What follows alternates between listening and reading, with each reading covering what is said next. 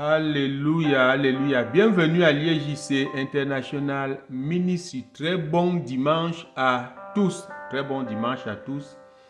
Eh bien, nous nous retrouvons aujourd'hui pour parler d'un thème très important. Mais nous allons d'abord prier avant toute chose. Dieu d'Abraham, Dieu d'Isaac, Dieu de Jacob, Père éternel, Seigneur Jésus,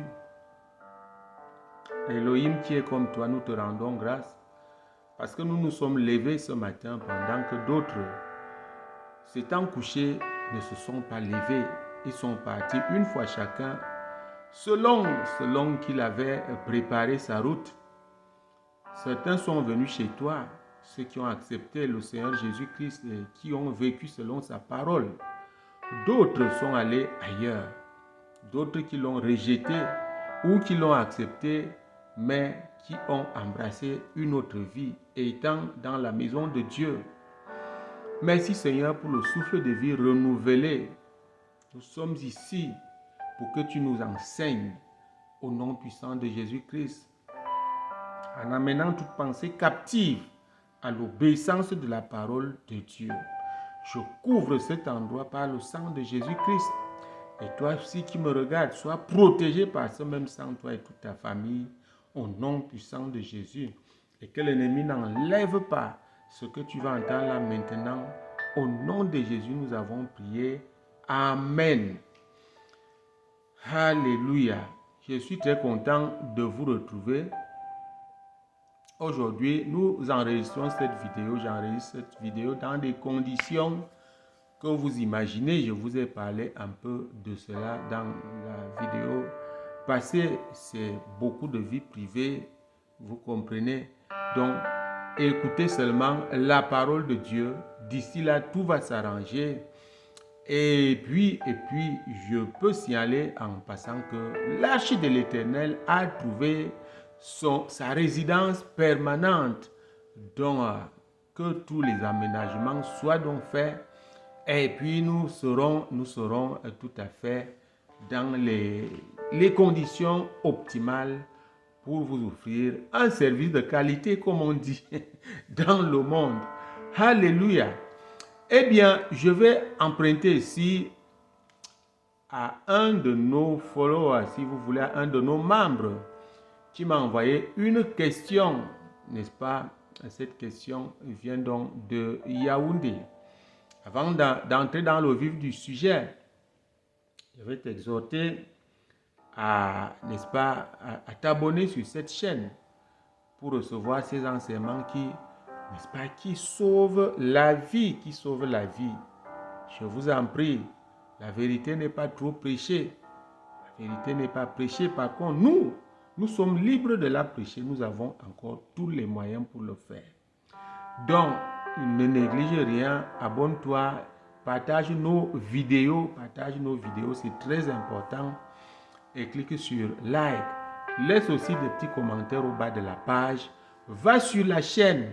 Sur la chaîne, tu cliques sur le logo rond bleu que tu vois là. Tu cliques là-dessus. Ça te transporte sur la chaîne YouTube. Il y a des centaines et des centaines d'enseignements là-bas.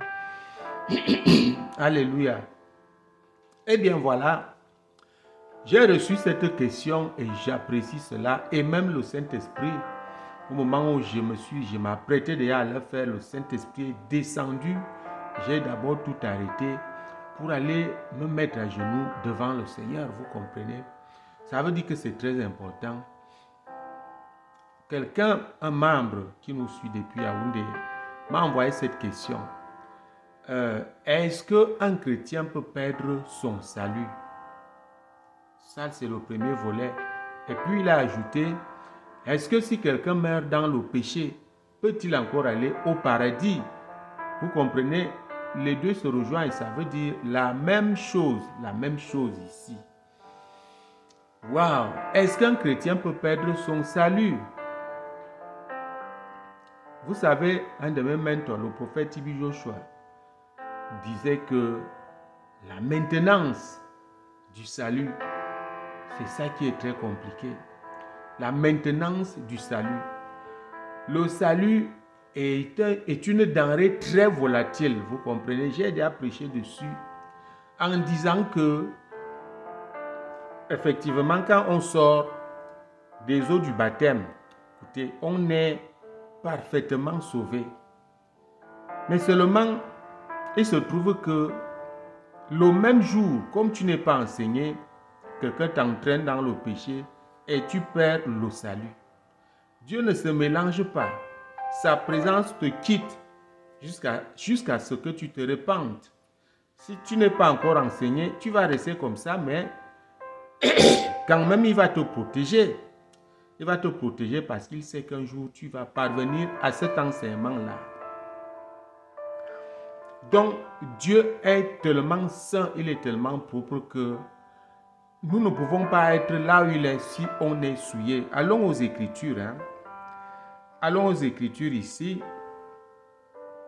Prenons l'épître de Romains, l'épître de Paul aux Romains, le chapitre 6 et le verset 23 qui nous dit ceci. Car le salaire du péché, c'est la mort, mais le don gratuit de Dieu, c'est la vie éternelle en Jésus-Christ, notre Seigneur. Vous comprenez maintenant? Le salaire du péché, c'est la mort. Qu'est-ce que ça veut dire ici? Le péché, c'est la transgression de la loi de Dieu.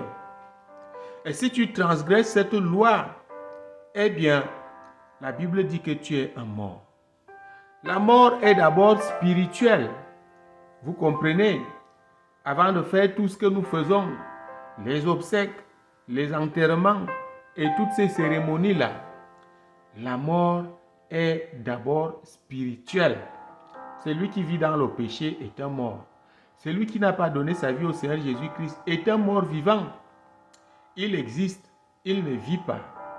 La vie se résume à une seule chose, le salut. Le salut. Tu choisis Jésus-Christ comme ton Seigneur et Sauveur. Tu as la vie. Vous pouvez aller vérifier dans les Écritures.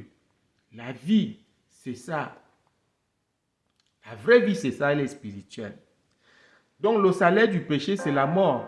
Quand nous péchons, ce salut nous quitte jusqu'à ce que nous nous repentions si nous avons l'enseignement pour qu'elle revienne.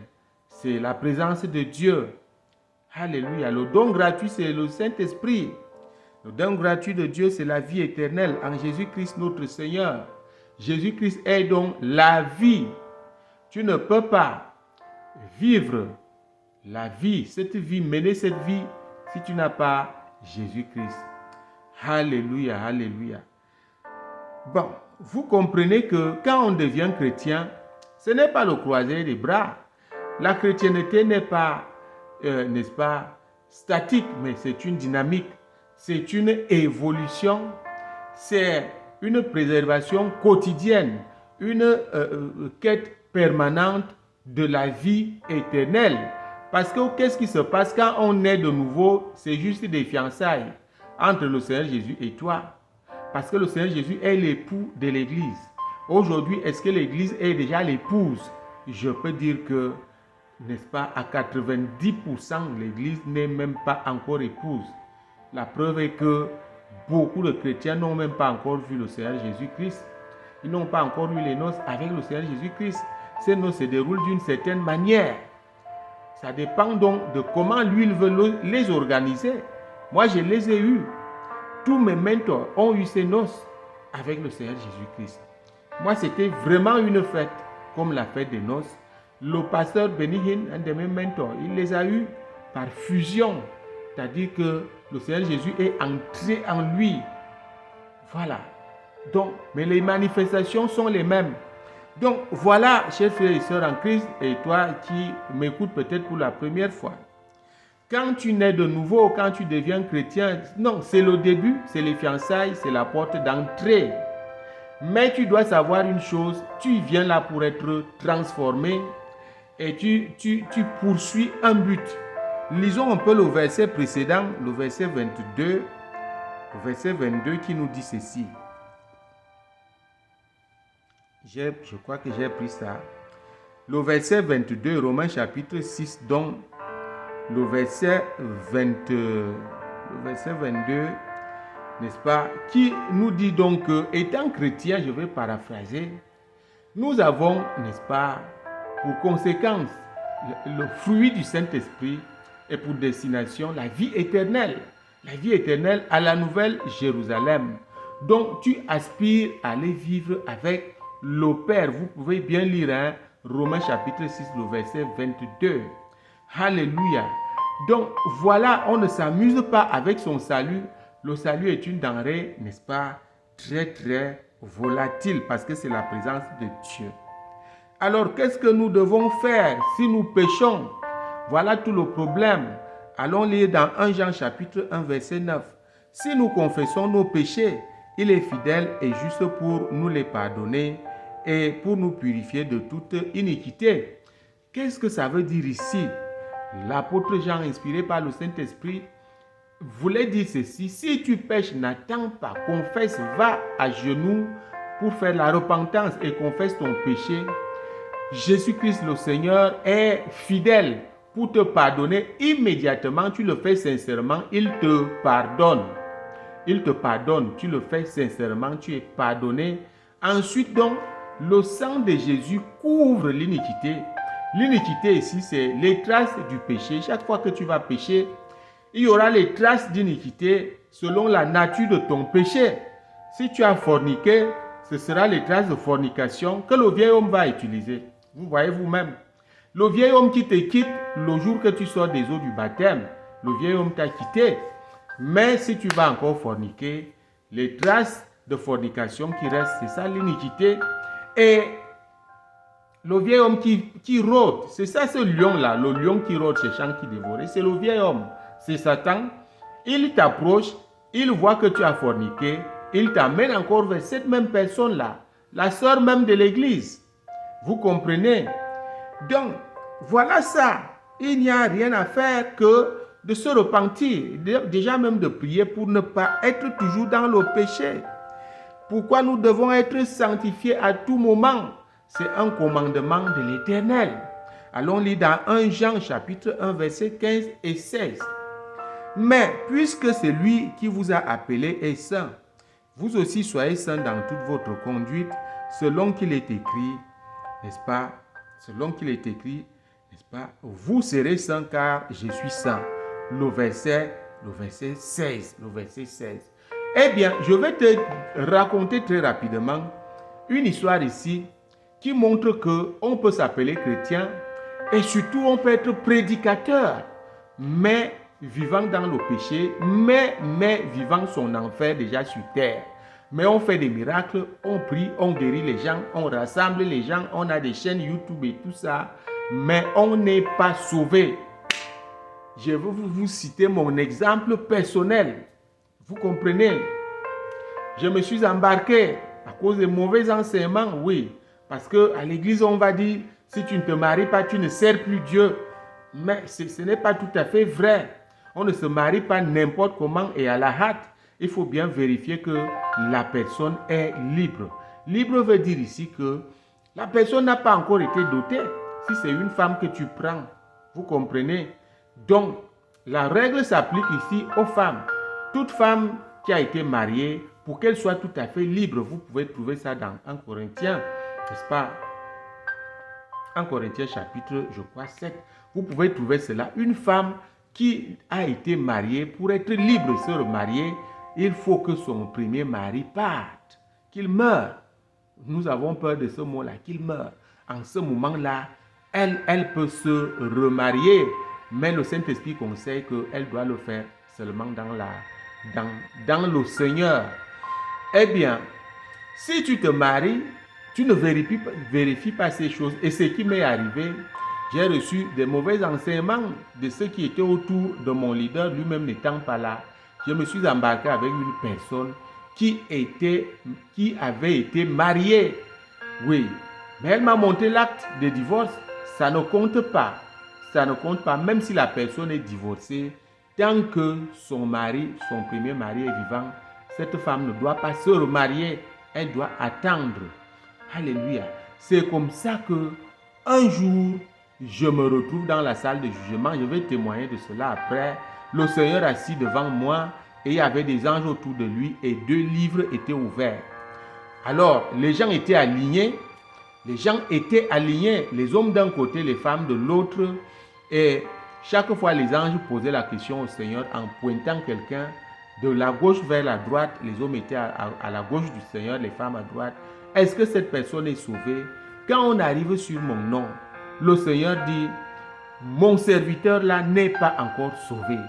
Alors, toi qui m'as posé la question, tu peux tout à fait comprendre que si on ne vit pas sainement, parce que l'adultère est un péché, tu es souillé, tu vis, tu es adultère, tu es souillé.